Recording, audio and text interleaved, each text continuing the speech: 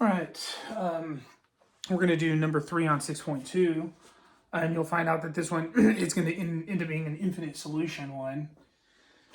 All right, so we choose a pivot, and then don't forget you can still multiply by the pivot. The pivot doesn't have to be like left alone and you always multiply by the other one, right? So let's say we choose this guy as our pivot here, right?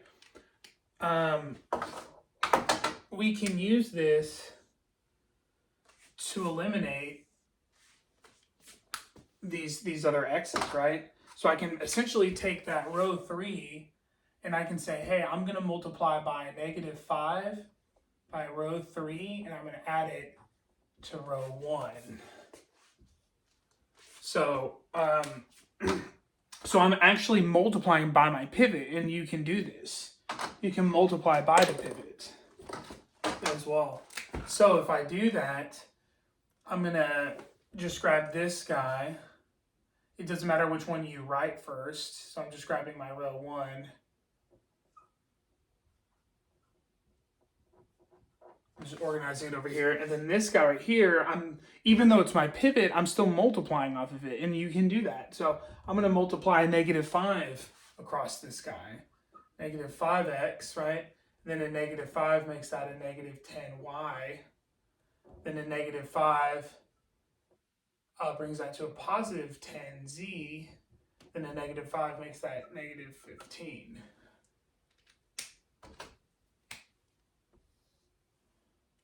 Well, I guess maybe I'll do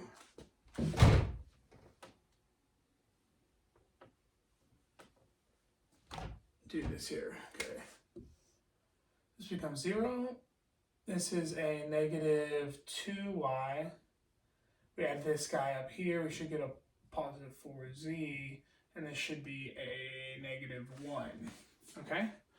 Now, we pivoted off of this guy. And we just bring him down. X plus 2y minus 2z equals 3. And in this case, I would recommend trying to keep the z as your final one. You don't have to, but in these infinite solution ones, it is actually helpful to try to eliminate x's and y's and leave the z, okay?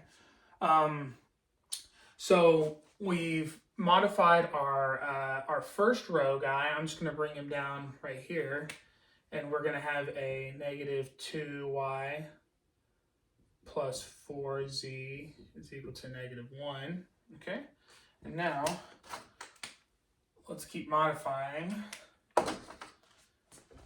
And we can eliminate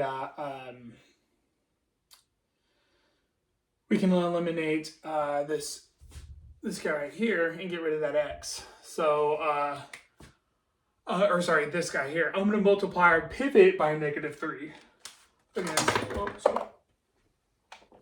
so we have so I'm going to say a -3 multiplied by row 3, and we're just going to add it to row 2. We're putting these two together. And so we've got our row 2 here. We have our row 2 I'm putting up there, and now we modify this row. Even though we're pivoting off of it, you can't multiply by it. So, because all it is we're trying to eliminate variables is what we're doing. So then a -3 multiplied by that, a -3 multiplied by this is a -6y. And then a -3 multiplied by this ends up being a +6z. And then -3 multiplied by that is a -9. So when we add this guy up, we're going to eliminate this again. We have a -2y. Then we get our +4z. We get a -1. So we end up getting, as you'll see, it's the exact same. We have the exact same. We have the exact same equation right there. So we know if we add those together, if I multiply 1 by -1 and we add them, they're gonna completely eliminate. So let me demonstrate what I mean by that, which is essentially doing one more deal. So what we're gonna do is now we take these guys because we've used him and we want to eliminate one more down. And so we take, if we pivot off of, doesn't even matter, we'll say here, we'll pivot.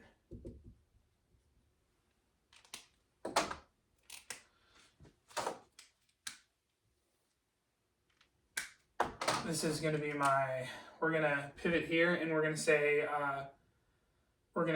and it doesn't matter, I'm just going to do this. I'll say I'm going to multiply a -1 by the second row, and we're going to add it to this third row here. And it doesn't matter what order, you just need to make sure you keep this stuff together. So I'm going to write down my row 3, row 3 right here. So we have -2y plus 4z equals -1. And then we have our row 2 multiplied by -1. So it's just all the same stuff. We're just switching the signs here, right? And as you can see, this thing ends up all canceling out, 0 to 0. So if we take our guy, we're putting him down here, x plus 2y minus 2z is equal to 3. We pivoted off of this one, so I'm going to move him here. And then we have our 0 equals 0.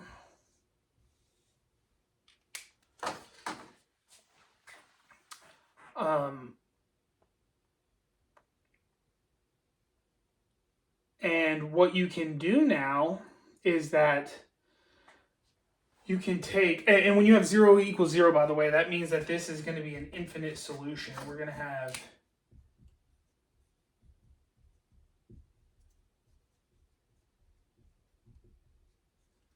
so once you have this infinite solution, you have to find that because whenever you have this and we've eliminated all of these variables here, and it means that the z is going to equal z. That's what this means. It means, so we need to find out what these, so what I mean by that is over here, like when we're writing our solution, over here in this last part, we're going to have z, and then we're going to have formulas, because we're going to find out what x equals, what y equals, and what z equals. Well, z equals himself, so we need to get these other equations in terms of z in some way. So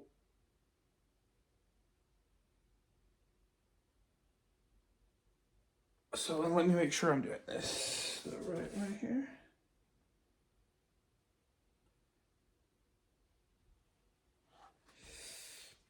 Yeah, so we're going to solve our y here. I'm going to do this in purple so you can see that we're doing something a little different. So if I take my -2y plus our 4z equals -1, and we solve for this y. So if I have my y and we have -4z, I've just moved it across the equation, -1, and then we're going to divide off our -2. We end up getting y is equal to this +2z plus 1/2.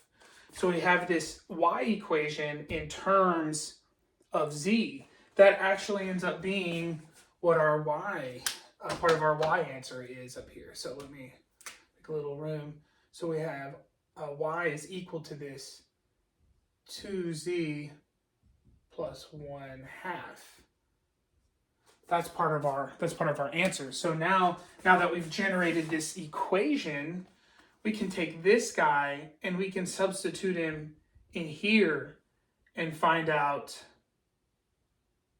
and we can solve for our x, because notice how if we eliminate the y, because in this term we have y's are in z's, and so this z component, if I put z in here, we have 2 z's, and then we can solve the x, and then it will be in terms of z. Does that make sense? So over here, we take our equation that we just found and we plug them in. So we have x plus 2, and our y is 2z plus 1/2, right? And then we have plus, or sorry, because we're taking this one, and we have minus 2z equals 3, right? And so now we can solve for our x. So we're going to distribute into here. We have a 4z. This becomes 1 minus 2z equals 3. Now we have like terms, right? So 4, 3, 2. So let me go ahead and move over. I'm going to move over this -1 on this side. We have x plus, I hope I haven't been standing in front of the camera the whole time. Okay, so x, we have 4z, that goes to 0, minus 2z is equal to 3, 2, 2. And then when we combine those like terms, 4, 3, 2, positive 2z equals 2. X is equal to a minus 2z plus 2, right? And so that answer comes up here. Negative 2z plus 2. Notice how our x value is dependent on z, our y value is dependent on z. Your infinite solutions should have only one dependency of a variable. Well, I mean, it can have two, actually, I think. It can be done, not in this class. Okay, yeah, and so that's your answer right there, man.